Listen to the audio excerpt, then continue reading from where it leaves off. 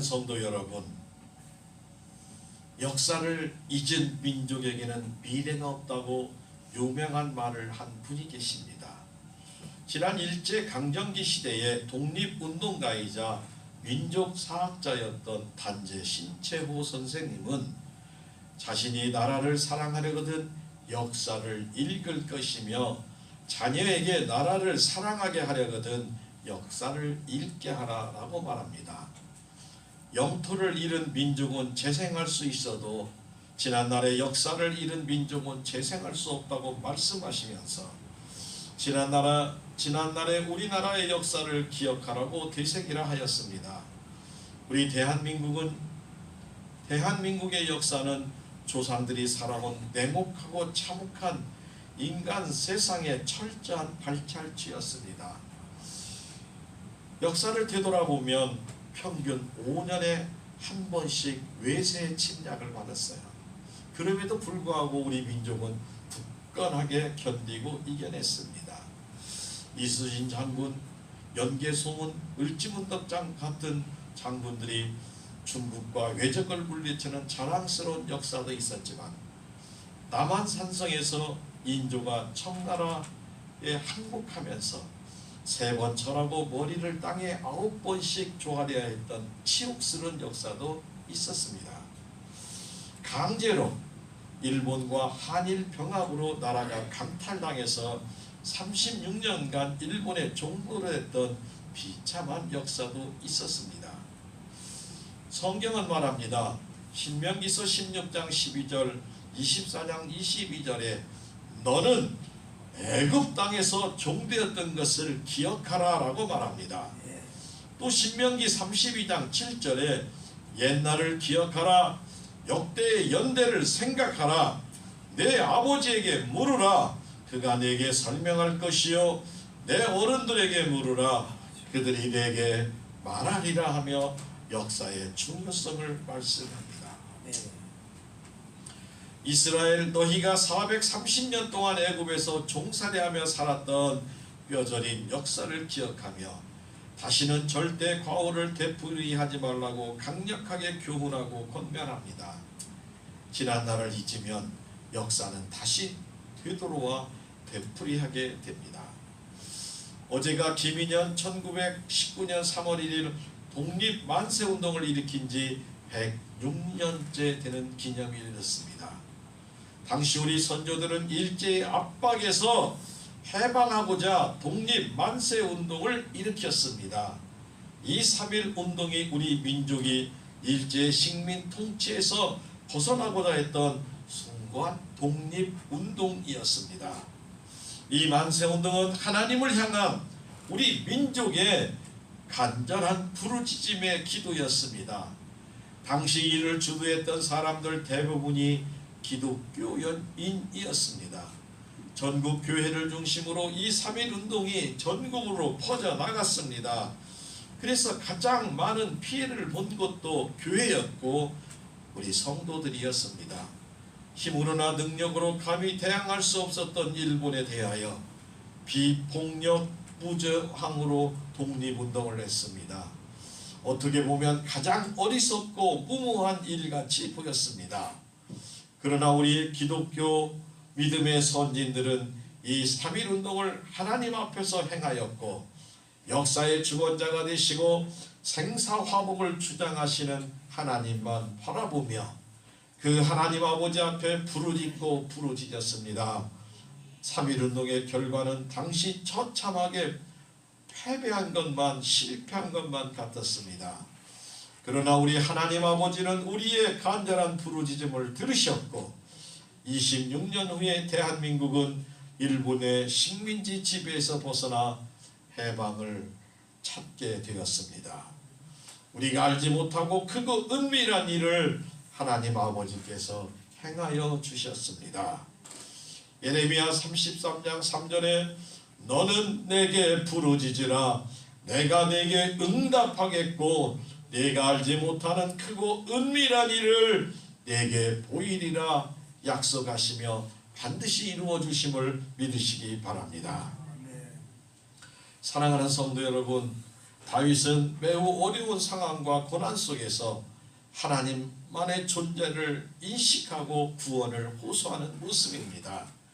오직 하나님만 의지하고 하나님을 만나고 섬기고 기도하는 다윗의 신앙은 우리 모두에게 큰 은혜와 교훈이 됩니다. 하나님은 모든 사람이 구원받기를 원하십니다. 성도인 우리는 하나님의 사랑받는 자녀이며 모든 성도는 버려진 존재가 아닌 하나님 아버지가 두 보기도 아까운 귀한 존재임을 믿으시기를 바랍니다. 사랑받는 존재입니다. 하나님의 사랑받는 최고의 존재라는 것을 인정하고 범사에 감사하는 행복한 성도, 행복한 가정, 그리고 은혜가 넘치는 우리 부림교회가 되시기를 예수님의 이름으로 축복합니다. 하나님의 사랑을 믿는 성도에게 첫 번째로 하나님은 따라합니다. 하나님은 우리의 힘이 되십니다. 아멘. 하나님 아버지는 우리의 항상 힘이 되어 주십니다.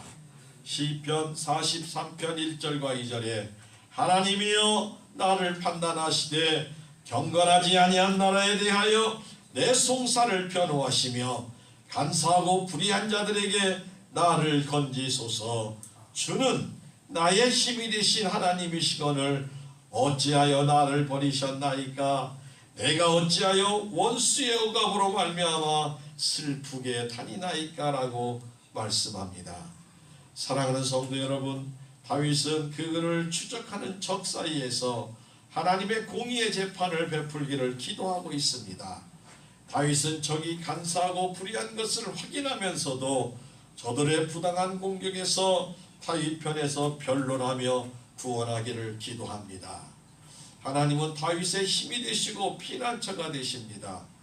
그럼에도 다윗은 이러한 힘과 능력의 피난처 되신 하나님이 혹시 자기를 잊지는 않았나 염려가 되었다고 느꼈던 것입니다. 그것은 적의 추격을 받아 먼 지방에서 방랑하여 다니기 때문이며 다윗 생각에 잊으신 것 같이 버리셨다는 것은 대적으로 인한 고난의 강도가 더 세어졌던 것으로 보여집니다. 육신의 몸을 지닌 다윗의 심정은 이해가 됩니다. 그러나 다시 하나님만을 의지하고 믿음으로 신앙의 고백을 합니다.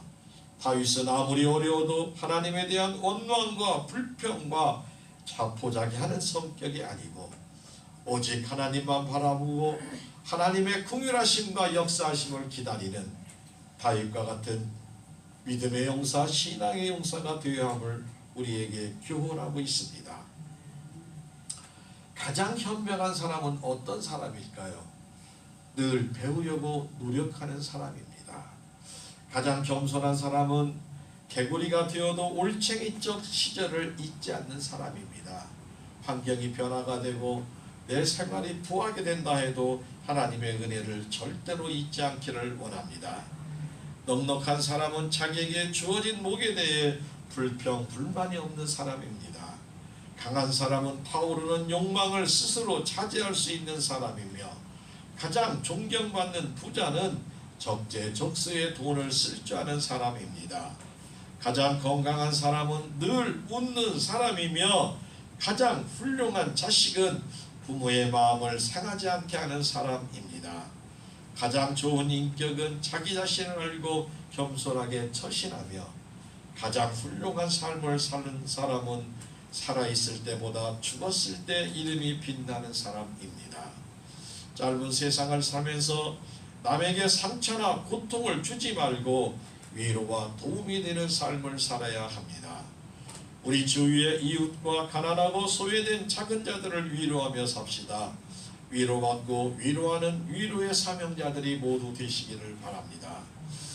하나님의 은혜로 풍성한 사랑을 이웃과 세상의 위로가 가득한 예수님의 마음으로 가정과 교회를 사회를 이끌어가는 하나님의 사랑받는 위로자들이 다 되시기를 예수님의 이름으로 축복하고 축복합니다.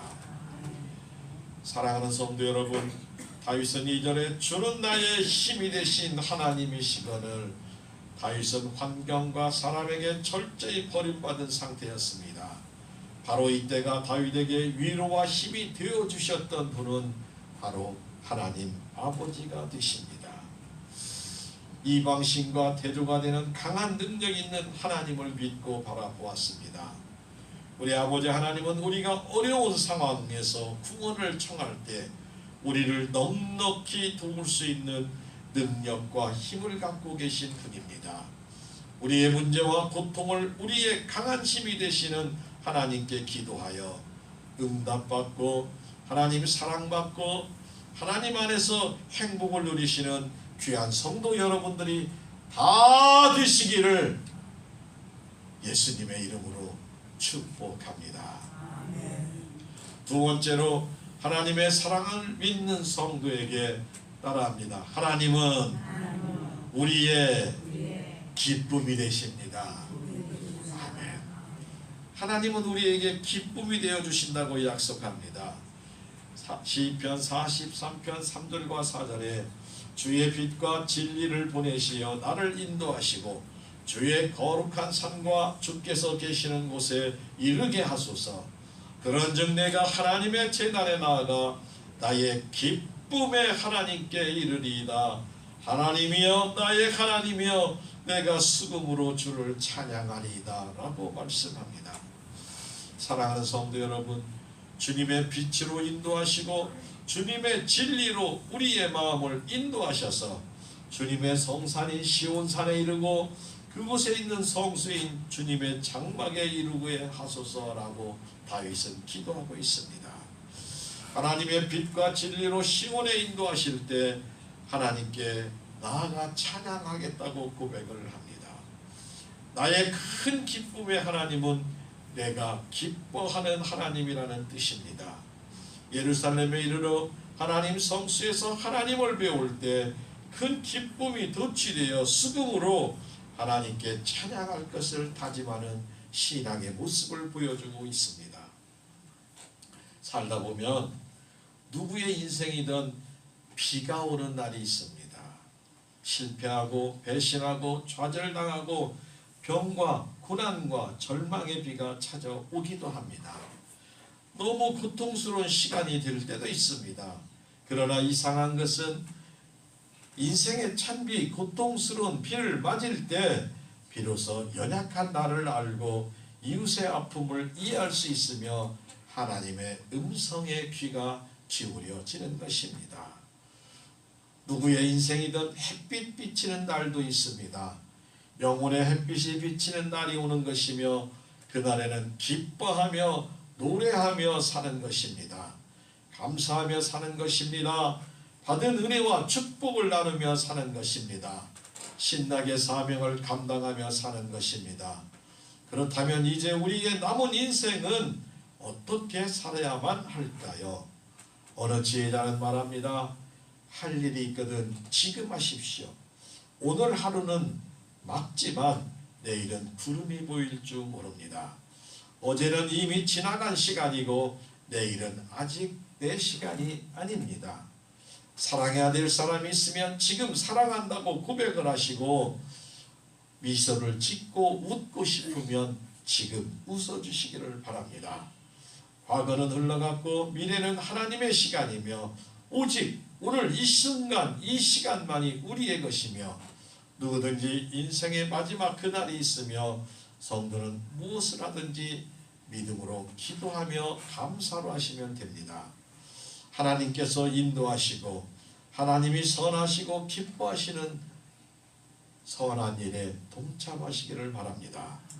성도의 누리는 하나님 나라에 확장하며 온전하게 하는 것이고 교회와 가정과 사회에서 하는 모든 일이 하나님 기뻐하는 일이 되어야 합니다. 이것이 삶의 예배이며 거룩한 산 제물의 예배입니다. 항상 하나님의 일에 더욱 힘쓰며 많은 아름다운 열매를 맺는 귀하고 복된 성도 여러분들이 다 되시기를 예수님의 이름으로 축복합니다. 사랑하는 성도 여러분, 성도인 우리가 기쁨으로 하나님을 섬기면 하나님도 기뻐하십니다. 그리고 하나님은 우리에게 최고의 축복의 선물을 허락하십니다. 하나님을 섬기는 것이 최고의 축복이고 기쁨입니다. 세상 무엇도 하나님이 되어서는 안 되며 그것이 우상이며 그 순간에 올락의 길로 들어서는 것입니다. 다윗은 하나님보다 더 이상의 즐거움과 기쁨의 대안이 없다고 고백하며 우리가 조금 전에 불렀던 94장 찬송도 주 예수보다 귀한 것은 없다라고 고백을 하였습니다. 성도이며 하나님의 자녀인 우리가 찬양하며 하나님을 섬기는 것이 최고의 축복이고 평생 다윗처럼 기쁨으로 하나님을 바라보며 하나님 주신 기쁨과 은혜로 사랑이 충만하여 행복한 나날이 날마다 되시기를 예수님의 이름으로 축복하고 축복합니다.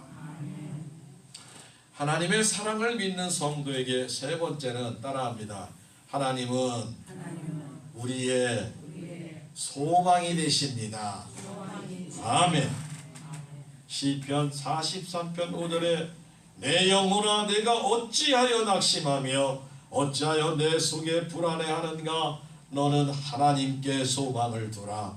그가 나타나 도우심으로 말미암아 내 하나님을 여전히 찬송하리로다 말씀합니다. 사랑하는 성도 여러분, 다윗은 어두운 현실을 바라보며 낙심 않고 만사를 초월하시는 하나님을 소망하고 바라보라고 말합니다. 하나님은 반드시 현재의 환경에서 구원하여 얼굴을 빛나게 하여 주시고 우리에게 어떠한 상황에서도 하나님에 대한 소망이 있으며 변함없으면 찬송을 하게 됩니다. 성도의 찬송과 감사는 환경이 아니라 하나님을 향한 소망이 되어야 할 줄로 믿습니다. 잠언 24장 3절과 5절에 집은 지혜로 말미암아 건축이 되고 명철로 말미암아 견고히 되며 또 방들은 지식으로 말미암아 각종 귀하고 아름다운 보배로 채우게 되느니라. 지혜 있는 자는 강하고 지식이 있는 자는 힘을 더한다고 말씀하며 승리자가 되시기 위해서는 하나님이 주신 지식을 소유하고 지혜를 반드시 얻어야 할 줄로 믿습니다. 참으로 강한 자는 지혜 있는 자이고 우리 자녀에게 환경을 초월하여 축복받는 지혜를 가르쳐야 됩니다. 그물을 소유하고 그물을 던져 물고기 잡는 법을 가르쳐주면 평생 넉넉하게 살아갈 수 있습니다. 성경은 물고기 주는 법보다 평생 물고기를 잡아서 사는 법을 가르쳐주고 있습니다. 이삭은 아버지 아브라함에게 환경을 초월하여 형통하는 믿음의 비결을 배웠습니다. 아브라함은 이삭에게 하나님의 말씀을 전수했고 하나님은 하나님의 법도를 자녀들에게 가르칠 것을 아브라함에게 명하셨습니다. 우리 자녀들은 성경 안에서 바르게 양육하는 것이 곧 물고기를 잡는 방법을 가르쳐 주는 것이고 성경은 지혜로운 보물 창고이기 때문입니다. 말씀에 전적으로 순종해야 하며 아브라함과 이삭과 야곱과 요셉의 축복을 모두 받으시기를 예수님의 이름으로 축원합니다. 우리 나그네의 삶은 누구나 피곤하고 힘듭니다. 그러나 하나님을 믿는 성도는 어떠한 상황에서도 소망을 가지고 찬양해야 할 줄로 믿습니다. 소망과 찬송은 쌍둥이와 같습니다. 서로 상승하게 합니다. 하나님은 성도들의 찬송을 기뻐하십니다. 이사야 43장 21절에 이 백성은 내가 나를 위해 지었나니 나를 찬송하게 하려 함이라 말씀합니다. 우리가 기쁨으로 찬양할 때 기적이 일어납니다. 사단은 절망과 불안을 주지만 하나님은 우리에게 소망을 허락하십니다. 보이는 소망이 찬송이며 평생 하나님의 사랑을 받아 소망 중에 기뻐 찬양하는 성도들이 모두 되시기를 예수님의 이름으로 축복합니다.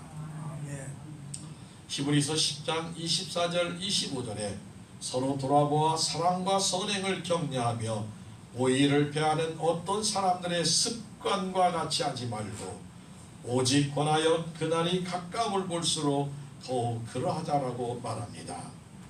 더욱 기도하고 말씀으로 살아가고 어둡고 어려운 시대에 살아가는 우리지만 하나님 아버지의 사랑을 풍성히 받고 하나님의 은혜를 풍성히 받는 존재임을 깨달아 우리가 서로 사랑하면 하나님은 우리의 힘이시고 기쁨이시며 소망이 되어주심을 믿으시기를 바랍니다. 하나님을 일평생 찬송하는 사랑 충만한 성도들이 되시기를 간절히 축원합니다. 우리는 하나님 아버지의 가장 기뻐하는 영혼을 향한 불타는 마음을 가져서 하나님 아버지의 마음으로 날마다 믿음으로 살아가는 귀하고 복되고 영육간에 건강하고 행복한 성도 여러분과 가정이 모두 되시기를 예수님의 이름으로 축복하고 축복합니다.